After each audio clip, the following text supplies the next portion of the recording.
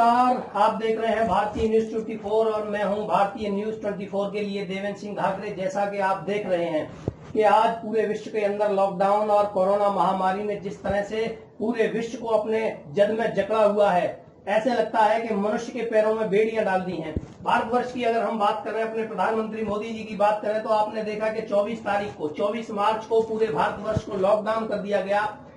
बहुत अच्छा काम किया माननीय मोदी जी ने। उत्तर प्रदेश की बात करें तो योगी जी ने, तमाम हमारे प्रदेशों के मुख्यमंत्री ने मोदी जी से कहा कि ये अच्छा काम हुआ। अमेरिकी राष्ट्रपति ने, WHO ने भी कहा कि भारतवर्ष ने बहुत ही अच्छा काम लॉकडाउन करके किया है।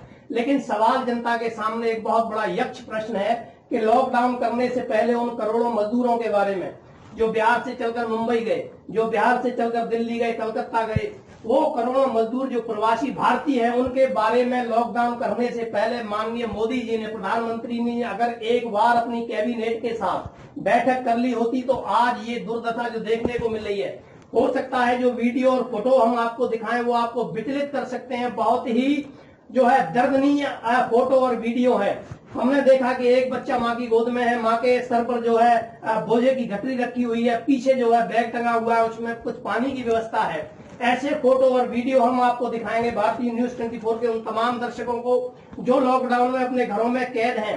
एक माँ जो है प्रसव से पीड़ित है, रास्ते में ही जो है हम देखते हैं कि वो एक बच्चे को जन्म देती है। बच्चा जो है पैदा होते ही उसकी मौत हो जाती है, क्योंकि उसके पास कोई दवाई की व्यवस्था नहीं है, कोई हॉस्पिटल की व्यवस्था नहीं है।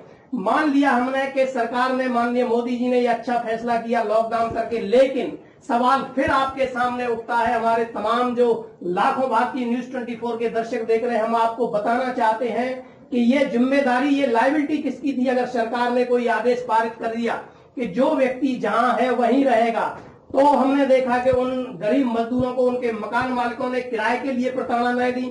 अगर सरकार कोई इस तरह का आदेश पारित कर देती समय रहते हुए कि मकान मालिक किसी भी मजदूर को, प्रवासी मजदूर को जबरदस्ती मकान खाली नहीं कर सकता है, तो उसके सामने ये भीषण चुनौती ना आती।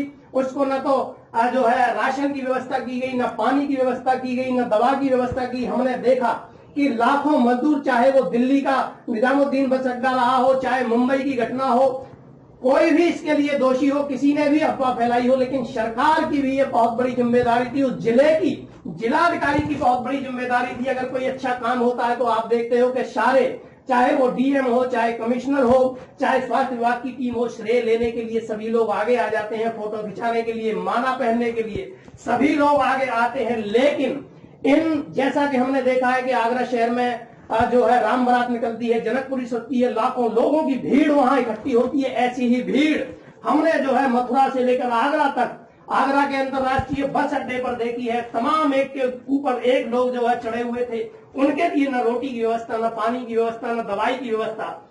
दिल्ली से लेकर बिहार तक पैदल जाना, मुंबई से लेकर आगरा तक पैदल आना, ये बहुत ही विचलित कर देने वाली बात थी। कौन इसके लिए जिम्मेदार है? इस लॉकडाउन की व्यवस्थाओं को पूर्ण करने से पहले अगर माननीय प्रधानमंत्री जी ने, गृह मंत्री जी ने 2 दिन के लिए मात्र ट्रेनों को, जैसे आज 40 दिन बाद ट्रेनों को चलाया गया है, अगर लॉकडाउन करने से पहले इन ट्रेनों को चला दिया जाता, मजदूरों को उनके घर तक पहुंचा दिया जाता, तो आज सैकड़ों मजदूरों की मौत नहीं होती। कोरोना की जो गति बढ़ने की है वो गति नहीं बढ़ती।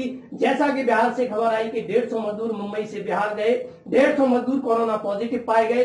उन मजदूरों को कोरोना नहीं होता। अगर कोरोना होने से पहले ही ट्रेनों के माध्यम से, बसों के माध्यम से, जैसा कि प्रदेश के मुख्यमंत्री माननीय योगी आदित्यनाथ जी ने कोटा से कुछ जो है बच्चों को, राजस्थान की सरकार से, वहां से जो है बच्चों को यूपी भिजवाया गया, बिहार भिजवाया गया। अगर ये व्यवस्था लॉकडाउन करने से पहले, हम उन तमाम भारतीय न्यूज 24 के दर्शकों को ये बताना और दिखाना चाहते हैं कि वीडियो और विजुअल्स के माध्यम से कि अगर ये व्यवस्था पहले कर दी गई होती तो आज स्थिति भय से भयावह नहीं होती। जो चित्र आपको देखने को मिल रहे हैं, एक माँ जिसको 3 दिन से भोजन नहीं मिला, एक व्यक्ति जिसकी जो है रुनकता के आसपास ही मौत हो गई भूख से, भाईपुर के पास जो सिकंदरा से पहले पड़ता है। तो ऐसे तमाम केसेस हमने देखे हैं। कहीं न कहीं हम ये माने कि माननीय प्रधानमंत्री जी ने कार्य अच्छे किए। अभी जो है 20 लाख करोड़ का पैकेज दिया, लेकिन इसका कोई पता ही नहीं है कि ये 20 लाख का पैकेज किसी भी चैनल के द्वारा अभी तक ये नहीं बताया गया है, चाहे वो बिजली विभाग को उसकी एमएसएमई के जो है उनको सुविधा दी गई हो, तो ये कैसे व्यक्ति के खाते में पहुंचेगा तो ये तमाम सारे यक्ष प्रश्न हैं जो भारतीय न्यूज 24 अपने दर्शकों को दे रहा है कि क्या सरकार कहीं न कहीं लॉकडाउन जल्दी करने में, इसकी जल्दबाजी करने में, तमाम जो मजदूरों को आज असुविधा हुई है, जो मौतें हुई हैं, आगरा शहर मार्च में केवल 2 केसों के रहते हुए आज वुहान बनने की कगार पर है। महाराष्ट्र की स्थिति भय से भयावह होती जा रही है। डेली कभी न कभी मौत जो है 30 हो रही है, कभी 40 हो रही है, आंकड़ा हजारों में पहुंच गया है। तो हम फिर वही बात कहते हैं अपने तमाम भारतीय न्यूज 24 के दर्शकों से कि ये कहां जो है विफलता रही है, चाहे वो सरकार की विफलता रही हो, चाहे प्रशासन की। और ये बहुत बड़ी जिम्मेदारी होती है जब कोई भी व्यक्ति अपराध करता है तो उसको जो है दोषी ठहराया जाता है। ये भी एक अपराध की श्रेणी में है कि एक जिलाधिकारी के रहते हुए उसके क्षेत्र में जो है भूख से और प्यास से मौत होती है तो उस जिले के जिलाधिकारी की जिम्मेदारी है। और मैं भारतीय न्यूज 24 के तमाम दर्शकों को ये बताना चाहता हूं कि अगर उस जिले की जिलाधिकारी की जिम्मेदारी है भूख से और दवा के अभाव में, इलाज के अभाव में किसी व्यक्ति की मौत होती है तो सीधे जिलाधिकारी को दोषी मानकर उस पर अगर मुकदमा चलाया जाए तो आगे से ये स्थितियां पैदा नहीं होंगी। आप देखते रहिए भारतीय न्यूज 24 में आपके लिए देवेंद्र सिंह घाघरे।